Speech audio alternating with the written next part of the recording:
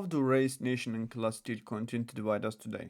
Or can we really separate these concepts from each other in today's globalized world? Political movements, identity politics, or even immigration debates all revolve around these concepts. Race, Nation, Class is an interesting and enlightening book that allows me to see from a view that is not always the first choice in political discussions. However, as someone for whom English is a second language, I must confess it wasn't an easy read, so if I have any misunderstandings or mistakes, please let me know in the comments below, or just blame the authors. So today, I'll discuss the specifics of contemporary racism and its relationship with capitalism and nation by drawing on the ideas of Etienne Balibar and Immanuel Wallerstein. So here's my take.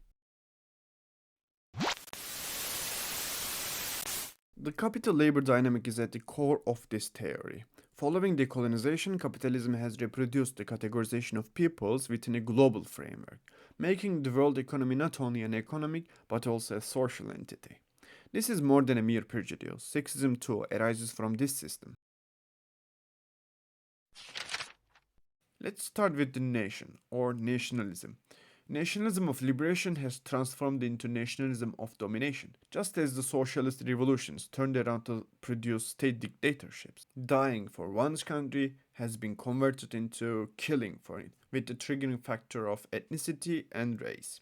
Institutions like schools, for example, have served the purpose of shaping the individuals for their role in building the national identity and ethnicity, with unity promoted as a byproduct. The hereditary substance of ethnicity has been constantly redefined. Yesterday it was Germanness, the French, the Anglo-Saxon race. Today it is the Europeanness, the Westernness.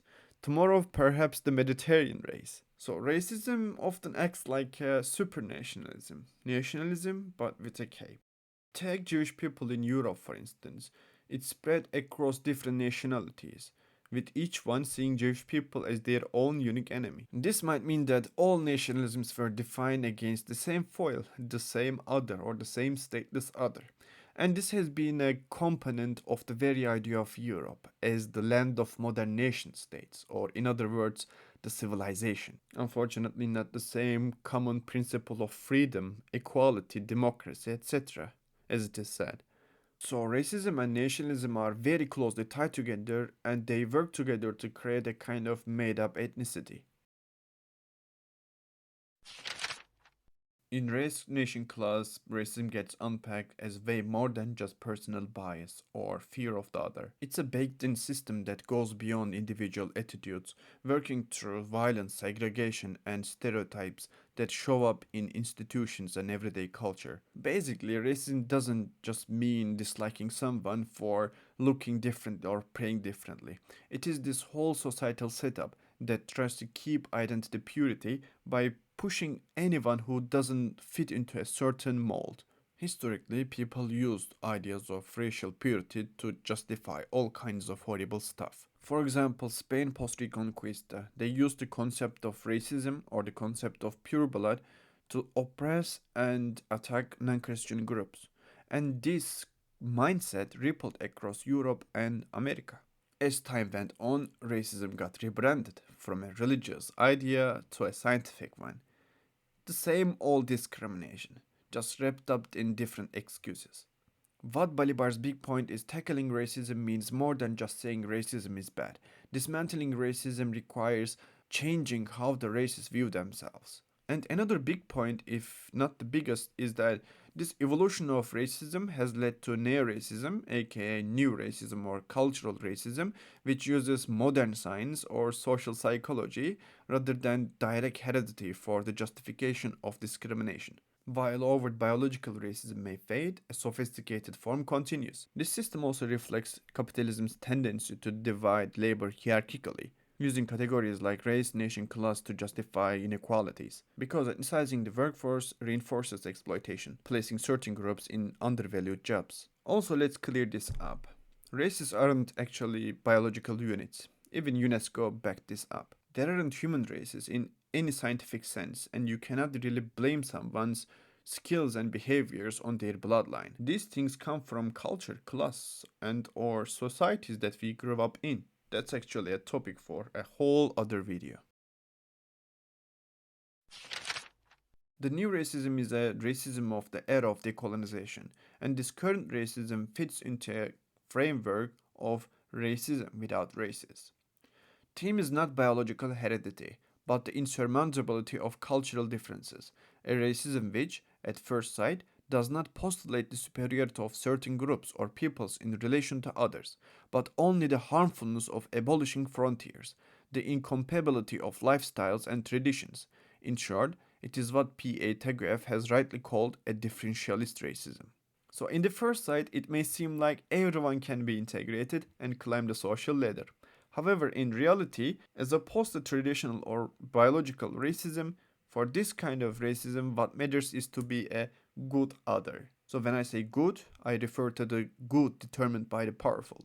Good laborer, good immigrant, good other. If one is not profitable or cannot be homogenized, then he or she does not belong there, and their ridiculization, intolerance, anger can be justified. Nationalism and racism are a bit like partners in crime. Not necessarily, but one often needs other to make its principles stick. Nationalism usually leans on some level of racism to push the idea of pure national identity, like only certain people belong. And throughout history, capitalism has used these categories of race, nation, class to keep some people top and some others at the bottom. Balibar suggests that we must rethink these social divisions by acknowledging that race, nation, and class are actually interdependent and perpetuated by the global capitalist systems that benefit from these categories by keeping them separate but interdependent. While racist ideologies or definitions may evolve in how they are framed or justified, the actual practices of racism, such as violence, verbal aggression, intolerance, discrimination, persist unchanged, and it is what matters for those people who suffer from these.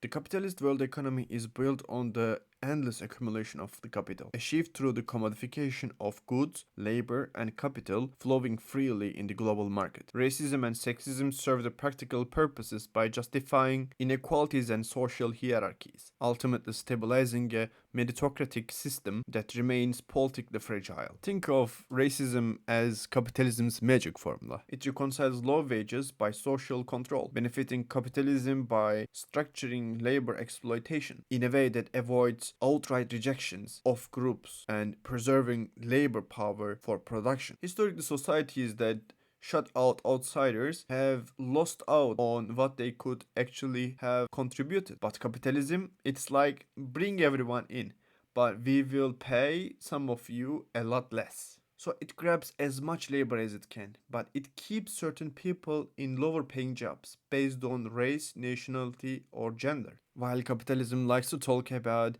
the big game, about universal opportunities, it still keeps things divided by ethnicity and nationality. This helps keep people in line even at the household level. Yeah, even the houses are the personal spaces. They become the part of the system, pushing certain gender roles and turning some familial tasks into commodities to keep everything stable for the workforce. Basically, one of the main goals of capitalism is to put a price tag on everything until there is barely any line left between what is personal and what is commodity. And as more of our daily lives get monetized, capitalism actually messes with itself by making labor increasingly detached from kinship and community. Understanding these dynamics is crucial, especially global inequalities persist through a core periphery distinction, rooted in geographical and cultural hierarchies that mirror exploitation strategies. This systemic structure shows that racism and class struggles are intrinsically tied to capitalism's organization, even its logic changes through time. A practical humanism today requires, above all, an effective anti racism. This involves not only challenging one idea of humanity with another one, but also promoting the internationalist approach to citizenship rather than a nationalist one. Race, nation, class should not be separated from each other but should be used as intersecting concepts while analyzing the injustices and inequalities happening in the world. They are different lenses and sometimes one might be more functional or effective than other one, but we need to consider each and every one of them. Yeah, the book is dated a bit, but the things written in it about discrimination are still relevant today. So thank you for watching and see you in the next video. Peace out.